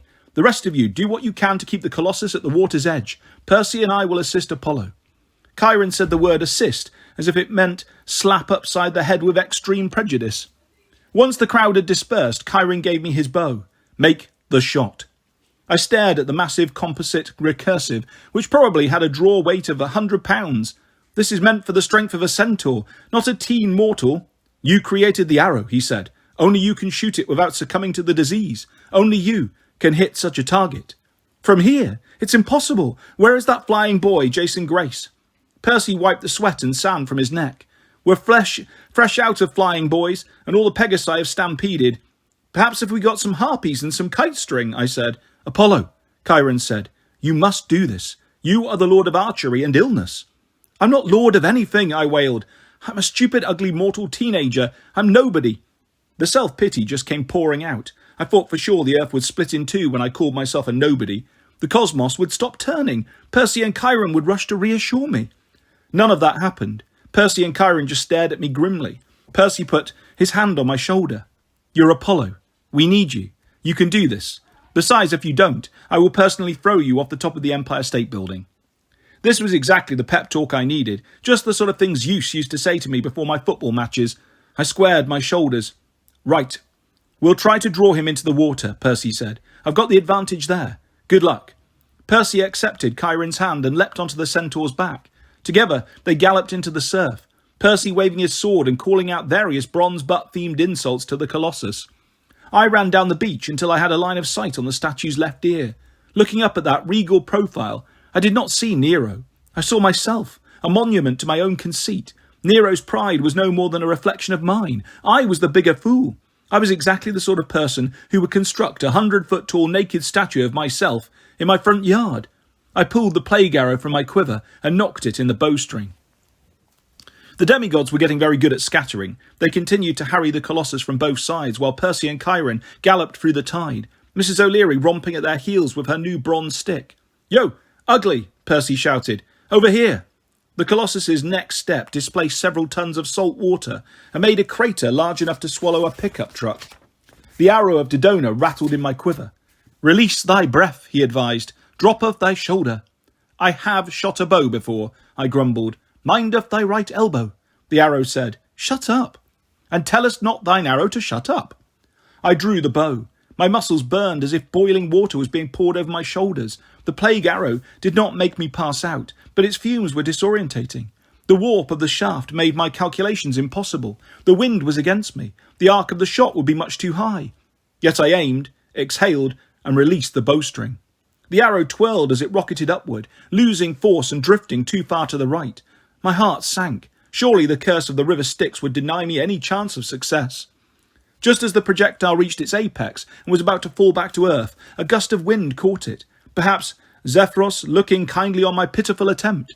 The arrow sailed into the Colossus's ear canal and rattled in his head with a clink, clink, clink, like a pachinko machine. The Colossus halted. He stared at the horizon as if confused. He looked at the sky, then arched his back and lurched forward, making a sound like a tornado ripping off the roof of a warehouse. Because his face had no other open orifices, the pressure of his sneeze forced geysers of motor oil out of his ears, spraying the dunes with environmentally unfriendly sludge. Sherman, Julia and Alice stumbled over to me, covered head to toe with sand and oil. "I appreciate you freeing Miranda and Ellis," Sherman snarled, "but I'm going to kill you later for taking my chariot. What did you do to that Colossus? What kind of plague makes you sneeze?" "I'm afraid I summoned a rather benign illness. I believe I have given the Colossus a case of hay fever." You know that horrible pause when you're waiting for someone to sneeze? The statue arched his back again, and everyone on the beach cringed in anticipation. The Colossus inhaled several cubic acres of air through his ear canals, preparing for his next blast. I imagined the nightmare scenarios. The Colossus would ear sneeze Percy Jackson into Connecticut, never to be seen again. The Colossus would clear his head and then stomp all of us flat. Hay fever could make a person cranky. I knew this because I invented hay fever. Still, I had never intended it to be a killing affliction. I certainly never anticipated facing the wrath of a towering metal automaton with extremely seasonal allergies. I cursed my short-sightedness. I cursed my mortality. What I had not considered was the damage our demigods had already done to the Colossus's metal joints, in particular, his neck. The Colossus rocked forward with a mighty "Chow!" I flinched and almost missed the moment of truth when the statue's head achieved first-stage separation from his body. It hurtled over Long Island Sound, the face spinning in and out of view. It hit the water with a mighty whoosh and bobbed for a moment. Then the air blooped out of its neck hole, and the gorgeous regal visage of yours truly sank beneath the waves. The statue's decapitated body tilted and swayed. If it had fallen backwards, it might have crushed even more of the camp. Instead, it toppled forward. Percy yelped a curse that would have made any Phoenician sailor proud. Chiron and he raced sideways to avoid being crushed, while Mrs. O'Leary wisely dissolved into shadows. The Colossus hit the water, sending 40-foot tidal waves to port and starboard. I had never before seen a centaur hang hooves on a tubular crest, but Chiron acquitted himself well. The roar of the statue's fall finally stopped echoing off the hills. Next to me, Alice Miyazawa whistled. "Well, that de-escalated quickly." Sherman Yang asked in a voice of childlike wonder, "What the Hades just happened?" "I believe," I said, "the Colossus sneezed his head off." Chapter 38. After the sneezing, healing peeps, passing limericks. Worst God award? Me. The plague spread. That was the price of our victory, a massive outbreak of hay fever. By nightfall, most of the campers were dizzy, groggy and heavily congested, though I was pleased that none of them sneezed their heads off, because we were running low on bandages and duct tape. Will Solis and I spent the evening caring for the wounded. Will took the lead, which was fine with me. I was exhausted. Mostly I splinted arms, distributed cold medicine and tissues, and tried to keep Harley from stealing the infirmary's entire supply of smiley face stickers, which he plastered all over his flamethrower. I was grateful for the distraction, since it kept me from thinking too much about the day's painful events. Sherman Yang graciously agreed not to kill Nico for tossing him out of his chariot, and me for damaging it, though I had the feeling the son of Ares was keeping his options open for later. Chiron provided healing poultices for the most extreme cases of hay fever. This included Chiara Benvenuti, whose good luck had for once abandoned her. Strangely enough, Damien White got sick right after he learned that Chiara was sick. The two had beds next to each other in the infirmary, which I found a little suspicious, even though they kept sniping at each other whenever they knew they were being watched. Percy Jackson spent several hours recruiting whales and hippocampi to help him haul away the Colossus. He decided it would be easiest to tow it underwater to Poseidon's palace, where it could be repurposed as garden statuary. I was not sure how I felt about that. I imagined Poseidon would replace the statue's gorgeous face with his own weathered, bearded mien. Still, I wanted the Colossus gone, and I doubted it would have fitted in the camp's recycling bins. Thanks to Will's healing and a hot dinner, the demigods I had rescued from the woods quickly got back to full strength. Paolo claimed it was because he waved a Brazilian flag bandana over them, and I was not about to argue. As for the camp itself, the damage might have been much worse. The canoe dock could be rebuilt, the Colossus's footstep craters could be repurposed as convenient foxholes or koi ponds.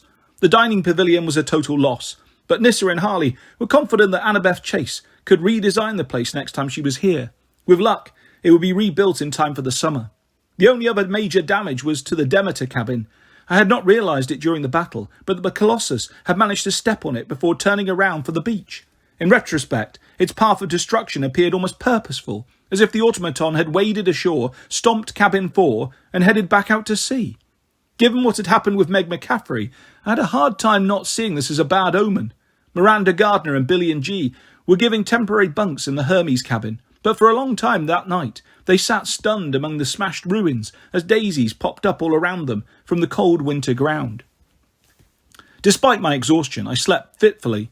I did not mind Kayla and Austin's constant sneezing or Will's gentle snoring. I did not even mind the hyacinths blooming on the windowsill, filling the room with their melancholy perfume. But I could not stop thinking of the dryads raising their arms to the flames in the woods, and about Nero and Meg. The arrow of Dodona stayed silent, hanging in my quiver on the wall, but I suspected it would have more annoying Shakespearean advice soon. I did not relish what it might telleth me about my future. At sunrise, I rose quietly, took my bow and quiver and combat ukulele, and hiked to the summit of Half-Blood Hill. The guardian dragon, Peleus, did not recognise me.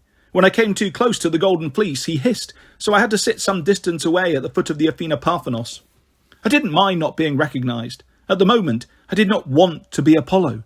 All the destruction I saw below me, it was my fault. I had been blind and complacent. I had allowed the emperors of Rome, including one of my own descendants, to rise to power in the shadows. I had let my once great network of oracles collapse until even Delphi was lost. I had almost caused the death of Camp Half-Blood itself. And Meg McCaffrey. Oh, Meg, where were you? Do what you need to do, she had told me. That's my final order. Her order had been vague enough to allow me to pursue her. After all, we were bound together now. What I needed to do was to find her. I wondered if Meg had phrased her order that way on purpose, or if that was just wishful thinking on my part. I gazed up at the serene alabaster face of Athena. In real life, she didn't look so pale and aloof. Well, not most of the time anyway. I pondered why the sculptor, Phidias, had chosen to make her look so unapproachable, and whether Athena approved. We gods often debated how much humans could change our very nature simply by the way they pictured us or imagined us. During the 18th century, for instance, I could not escape the white-powdered wig, no matter how hard I tried. Among immortals, our reliance on humans was an uncomfortable subject. Perhaps I deserved my present form after my carelessness and foolishness. Perhaps humanity should see me as something, well, nothing but Lester Papadopoulos.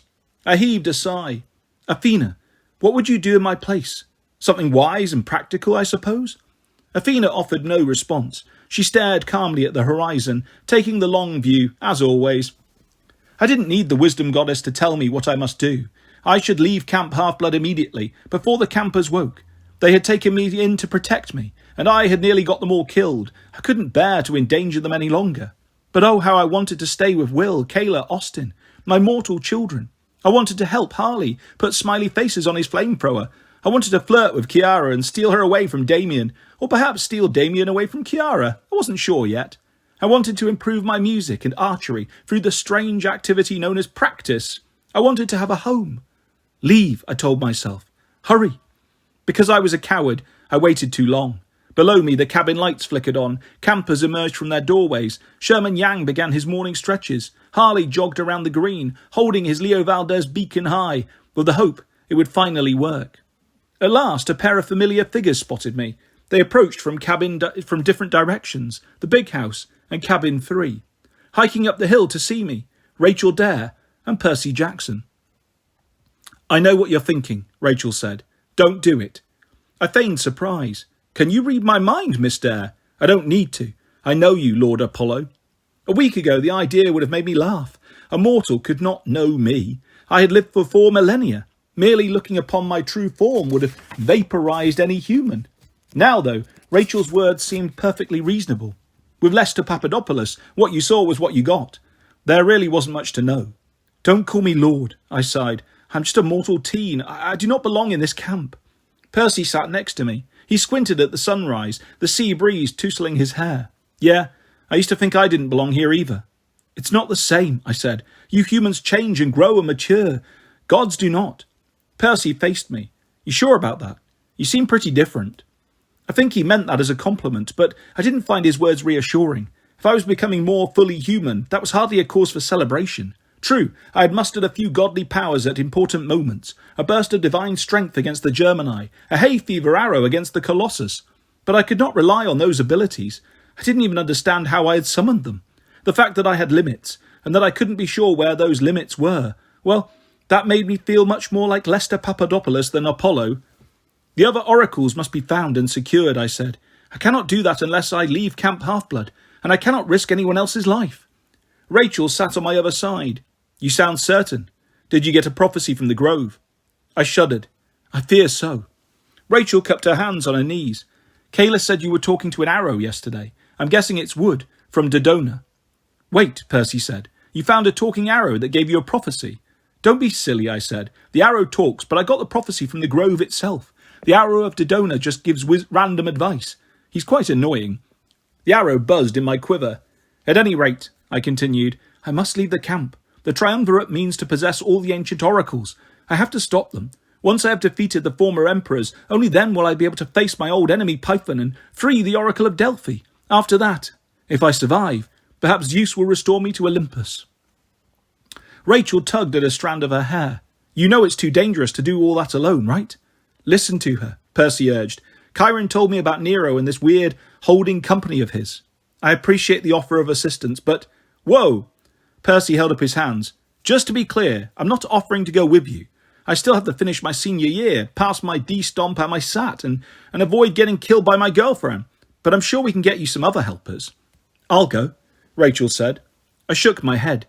My enemies would love to capture someone as dear to me as the priestess of Delphi. Besides, I need you and Miranda Gardner to stay here and study the Grove of Dodona. For now, it is our only source of prophecy. And since our communication problems have not gone away, learning to use the Grove's power is all the more critical. Rachel tried to hide it, but I could see her disappointment in the lines around her mouth. What about Meg? She asked. You'll try to find her, won't you? She might as well have plunged the arrow of Dodona into my chest.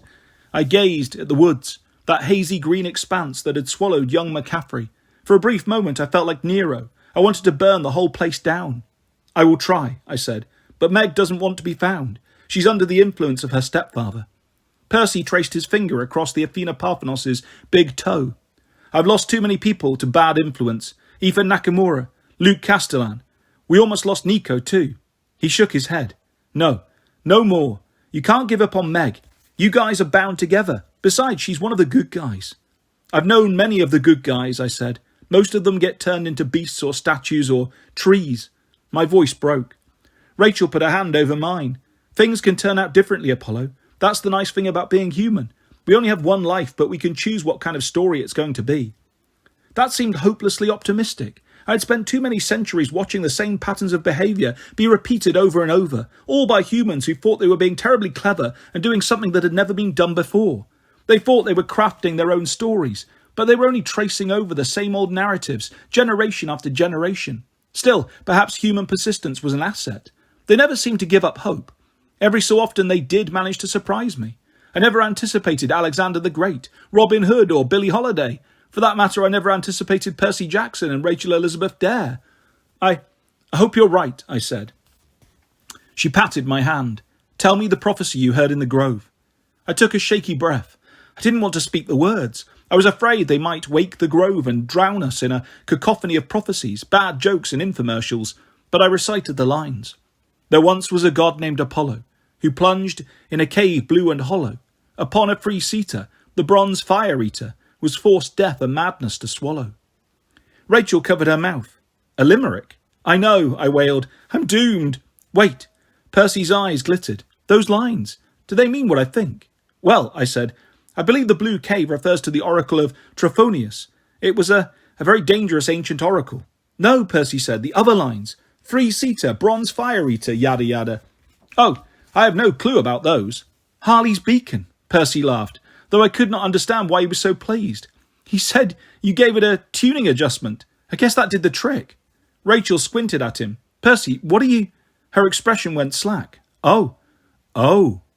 Were there any other lines? Percy urged, except for the limerick. Several, I admitted, just bits and pieces I didn't understand. The fall of the sun, the final verse. Indiana, banana, happiness approaches, something about pages burning. Percy slapped his knee. There you go, happiness approaches. Happy is a name, well, the English version anyway. He stood and scanned the horizon, his eyes fixed on something in the distance. A grin spread across his face. Yep, Apollo, your escort is on the way. I followed his gaze. Spiralling down from the clouds was a large winged creature that glinted of celestial bronze. On its back were two human-sized figures. Their descent was silent, but in my mind a joyous fanfare of Val Designator music proclaimed the good news. Leo had returned. Chapter 39. Want to hit, Leo? That is understandable. Hunk Muffin earned it. The demigods had to take numbers. Nico commandeered a ticket dispenser from the snack bar and carried it around yelling, "The line starts to the left, orderly cues, guys." Is this really necessary? Leo asked. Yes, said Miranda Gardner, who had drawn the first number. She punched Leo in the arm. Ow, said Leo. You're a jerk and we all hate you, said Miranda. Then she hugged him and kissed his cheek. If you ever disappear like that again, we'll line up to kill you. Okay. Miranda had to move on because the queue was getting pretty long behind her. Percy and I sat at the picnic table with Leo and his companion, none other than the immortal sorceress, Calypso. Even though Leo was the one getting punched by everyone in camp, I was reasonably sure he was the least uncomfortable one at the table.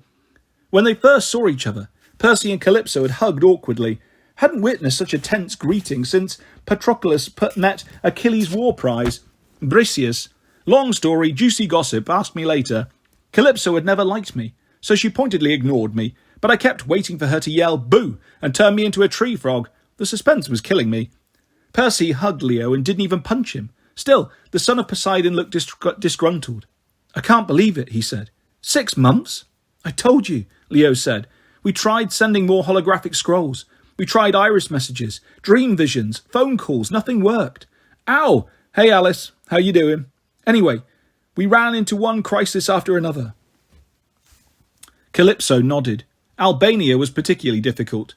From down the queue, Nico D'Angelo yelled, Please do not mention Albania. Okay, who's next, folks? One line. Damien White punched Leo's arm and walked away grinning. I wasn't sure Damien even knew Leo. He simply couldn't turn down a chance to punch someone. Leo rubbed his bicep. Hey, no fair. That guy's getting back in the line. So, like I was saying, if Festus hadn't picked up on that homing beacon yesterday, we'd still be flying around, looking for a way out of the sea of monsters. Oh, I hate that place, Percy said. There's this big cyclops, Polyphemus. I know, right? Leo agreed. What is up with that guy's breath? Boys, Calypso said, perhaps we should focus on the present? She did not look at me, but I got the impression she meant this silly former god and his problems. Yeah, Percy said. So the communication issues. Rachel Dare thinks it's got something to do with this company, Triumvirate. Rachel herself had gone to the big house to fetch Chiron, but Percy did a reasonable job summarising what she had found out about the emperors and their evil corporation. Of course, we didn't know very much. By the time 6 more people had punched Leo in the arm, Percy had brought Leo and Calypso up to speed. Leo rubbed his new bruises. Man, why does it not surprise me that modern corporations are run by zombie Roman emperors? They are not zombies, I said, and I'm not sure they run all corporations. Leo waved away my explanation. But they're trying to take over the oracles. Yes, I agreed. And that's bad. Very. So you need our help. Ow! Hey, Sherman. Where'd you get the new scar, dude? While Sherman told Leo the story of Crotch Kicker McCaffrey and the demon Peach Baby, I glanced at Calypso. She looked very different from what I remembered. Her hair was still long and caramel brown. Her almond-shaped eyes were still dark and intelligent. But now, instead of a chiton, she wore modern jeans, a white blouse and a shocking pink ski jacket. She looked younger, about my mortal age. I wondered if she'd been punished with mortality for leaving her enchanted island. If so, it didn't seem fair that she retained her otherworldly beauty. She had neither flab nor acne. As I watched, she stretched 2 fingers towards the opposite end of the picnic table, where a pitcher of lemonade sweated in the sunlight. I had seen her do this sort of thing before, willing her invisible aerial servants to whisk objects into her hands. This time, nothing happened. A look of disappointment crossed her face. Then she realised I was watching. Her cheeks coloured. "Since leaving Aegea, I have no powers," she admitted. "I'm fully mortal. I keep hoping, but—" "You want a drink?" Percy asked. "I got it." Leo beat him to the pitcher. I had not expected to feel sympathy for Calypso. We'd had harsh words in the past. A few millennia ago, I had opposed her petition for early release from Aegea because of some drama between us. Long story, juicy gossip. Please do not ask me later. Still, as a fallen god, I understood how disconcerting it was to be without one's powers. On the other hand, I was relieved. This meant she could not turn me into a tree frog or order her aerial servants to toss me off the Athena Parthenos. "Here you go." Leo handed her a glass of lemonade. His expression seemed darker and more anxious, as if, of course. Leo had rescued Calypso from her prison island. In doing so, Calypso had lost her powers. Leo felt responsible. Calypso smiled, though her eyes were still touched by melancholy. "Thank you, babe." "Babe?" Percy asked. Leo's expression brightened. "Yeah, she won't call me Hunk Muffin, though. I don't know why. Ow!" It was Harley's turn. The little boy punched Leo and then threw his arms around him and broke down sobbing. "Hey, brother." Leo ruffled his hair and had the good sense to look ashamed. "You brought me home with that beacon of yours, H-Meister. You're a hero. You know I never would have left you hanging like that on purpose, don't you?" Harley wailed and sniffled and nodded, and then he punched Leo again and ran away. Leo looked like he was about to be sick. Harley was quite strong. "At any rate," Calypso said, "these problems with the Roman emperors, how can we help?" I raised my eyebrows. "You will help me, then? Despite, I always knew you were kind-hearted and forgiving, Calypso. I meant to visit you at Aegea more often." "Spare me." Calypso sipped her lemonade. "I'll help you if Leo decides to help you, and he seems to have some affection for you. Why, I can't imagine." I let go of the breath I had been holding for, an hour. "I'm grateful, Leo Valdez. You have always been a gentleman and a genius. After all, you created the Valdezinator." Leo grinned. "I did, didn't I? I suppose that was pretty awesome. So where is the next oracle you—" "Ow!" Nissa had made it to the front of the line. She slapped Leo and then berated him in rapid Spanish. "Yeah, okay. Leo rubbed his face. "Dang, Hermana, I love you too." He turned his attention back to me. "So, this next oracle, you said it was where?" Percy tapped the picnic table. "Chiron and I were talking about this. He figures this triumvirate thingy, they probably divided America into 3 parts, with one emperor in charge of each. We know Nero is holed up in New York, so we're guessing the next oracle is in the second dude's territory, maybe in the middle third of the US. "Oh, the middle third of the US. Leo spread his arms. "Piece of torta, then. We'll just search the entire middle of the country." Still with the sarcasm, Percy noted. "Hey, man, I've sailed with the most sarcastic scallywags on the high seas." The two gave each other a high five, though I did not quite understand why. I thought about a snippet of prophecy I've heard in the Grove. Something about Indiana. It might be a place to start. The last person in the queue was Chiron himself, pushed in his wheelchair by Rachel Dare. The old centaur gave Leo a warm, fatherly smile. "My boy, I am so pleased to have you back. And you freed Calypso, I see. Well done and welcome, both of you." Chiron spread his arms for a hug. Thanks, Chiron." Leo leaned forward. From underneath Chiron's lap blanket, his equine foreleg shot out and implanted a hoof in Leo's gut. Then just as quickly the leg disappeared. "Mr. Valdez," Chiron said in the same kindly tone, "if you ever pull a stunt like that again." I got it. Leo rubbed his stomach. "Dang for a teacher. Got a heck of a high kick." Rachel grinned and wheeled Chiron away. Calypso and Percy helped Leo to his feet. "Yo, Nico," Leo called. "Please tell me that's it for the physical abuse?" "For now," Nico smiled. "We're still trying to get in touch with the West Coast. You'll have a few dozen people out there who will definitely want to hit you." Leo winced. "Yeah, that's something to look forward to. Well, I guess I better keep my strength up. Where do you guys eat lunch now that the Colossus stepped on the dining pavilion?" Percy left that night, just before dinner. I expected a moving on one-on-one farewell, during which he would ask my advice about test-taking, being a hero and living life in general. After he lent me his help in defeating the Colossus, it would have been the least I could do. Instead, he seemed more interested in saying goodbye to Leo and Calypso. I wasn't part of their conversation, but the 3 of them seemed to reach some sort of mutual understanding. Percy and Leo embraced. Calypso even pecked Percy on the cheek. Then the son of Poseidon waded into Long Island Sound with his extremely large dog, and they both disappeared underwater. Did Mrs. O'Leary swim? Did she travel through the shadows of Wales? I did not know. Like lunch, dinner was a casual affair. As darkness fell, we ate on picnic blankets around the hearth, which blazed with Hestia's warmth and kept away the winter chill.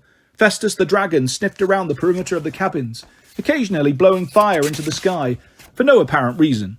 He got a little dinged up in Corsica, Leo explained. Sometimes he spews randomly like that. He hasn't blowtorched anyone important yet, Calypso added, her eyebrow arched. We'll see how he likes you. Festus's red jewel eyes gleamed in the darkness. After driving the sun chariot for so long, I wasn't nervous about riding a metal dragon, but when I thought about what we'd be riding towards, geraniums bloomed in my stomach. I had planned to go alone, I told them. The prophecy from Dodona speaks of a bronze fire eater, but it feels wrong for me to ask you to risk your lives. You have been through so much just to get here. Calypso tilted her head. Perhaps you have changed. That does not sound like the Apollo I remember. You definitely are not as handsome. I am still quite handsome, I protested. I just need to clear up this acne. She smirked. So you haven't completely lost your big head? I beg your pardon? Guys, Leo interrupted. If we're going to travel together, let's try to keep it friendly. He pressed an ice pack to his bruised bicep. Besides, we're planning to head west anyway. I've got to find my peeps, Jason and Piper and Frank and Hazel and, well, pretty much everybody at Camp Jupiter, I guess. It'll be fun. Fun? I asked. The Oracle of Trophonius will supposedly swallow me in death and madness. Even if I survive that, my other trials will no doubt be long, harrowing, and quite possibly fatal. Exactly, Leo said. Fun. I don't know about calling the whole quest thing Apollo's Trials, though. I think we should call it Leo Valdez's Victory Lap World Tour. Calypso laughed and laced her fingers in Leo's. She may not have been immortal anymore, but she still had a grace and easiness about her that I could not fathom. Perhaps she missed her powers, but she seemed genuinely happy to be with Valdez, to be young and mortal, even if it meant she could die at any moment. Unlike me, she had chosen to become mortal. She knew that leaving Aegea was a risk, but she had done it willingly. I didn't know how she'd found the courage.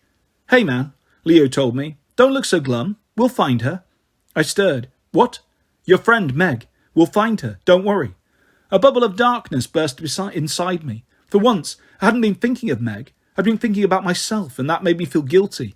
Perhaps Calypso was right to question whether or not I'd changed. I gazed at the silent forest. I remembered Meg dragging me to safety when I was cold and soaked and delirious. I remembered how fearlessly she fought the Mermeeks and how she'd ordered Peaches to extinguish the match when Nero wanted to burn his hostages, despite her fear of unleashing the beast. I had to make her realise how evil Nero was. I had to find her. But how? Meg knows the prophecy, I said. If she tells Nero, he will know our plans as well. Calypso took a bite of her apple. I missed the whole Roman Empire. How bad can one emperor be? Bad, I assured her, and he is allied with two others. We don't know which ones, but it's safe to assume they are equally cutthroat. They've had centuries to amass fortunes, acquire property, build armies. Who knows what they are capable of? Hey, Leo said. We took down Gaia in like 40 seconds. This'll be easy squeezy. I seem to recall that the lead-up to the fight with Gaia had involved months of suffering and near misses with death.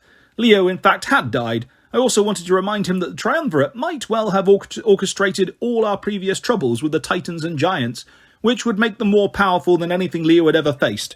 I decided that mentioning these things might affect group morale. We'll succeed, Calypso said. We must. So we will. I have been trapped on an island for thousands of years. I don't know how long this mortal life will be, but I intend to live fully and without fear. That's my mamacita, Leo said. What have I told you about calling me mamacita? Leo grinned sheepishly. In the morning we'll start getting our supplies together. As soon as Festus gets a tune-up and an oil change, we'll be good to go. I considered what supplies I would take with me. I had depressingly little. Some borrowed cloves, a bow, a ukulele, and an overly theatrical arrow. But the real difficulty would be saying goodbye to Will, Austin, and Kayla. They had helped me so much, and they embraced me as family more than I had ever embraced them. Tears stung my eyes. Before I could start sobbing, Will Solis stepped into the light of the hearth. Hey, everybody. We started a bonfire in the amphitheatre. Sing-along time. Come on. Groans were mixed in with cheers, but almost everyone got to their feet and ambled towards the bonfire, now blazing in the distance, where Nico D'Angelo stood silhouetted in the flames, preparing rows of marshmallows and what looked like femur bones. Oh, man, Leo winced. I'm terrible at sing-alongs. I always clap and do the old MacDonald sounds at the wrong time. Can we skip this? Oh, no. I rose to my feet, suddenly feeling better. Perhaps tomorrow I would weep and think about goodbyes. Perhaps the day after that we would be flying towards our deaths. But tonight I intended to enjoy my time with my family. What had Calypso said? Live fully and without fear. If she could do it, then so could the brilliant, fabulous Apollo. Singing is good for the spirits. You never miss an opportunity to sing. Calypso smiled. Can't believe I'm saying this, but for once, I agree with Apollo. Come on, Leo. I'll teach you to harmonise. Together, the three of us walked towards the sounds of laughter, music, and a warm, crackling fire. And that is the end of The Trials of Apollo, the Hidden Oracle. I'll be back soon with the next story from this fantastic series. Thanks for listening. Hope you enjoyed it. Goodbye.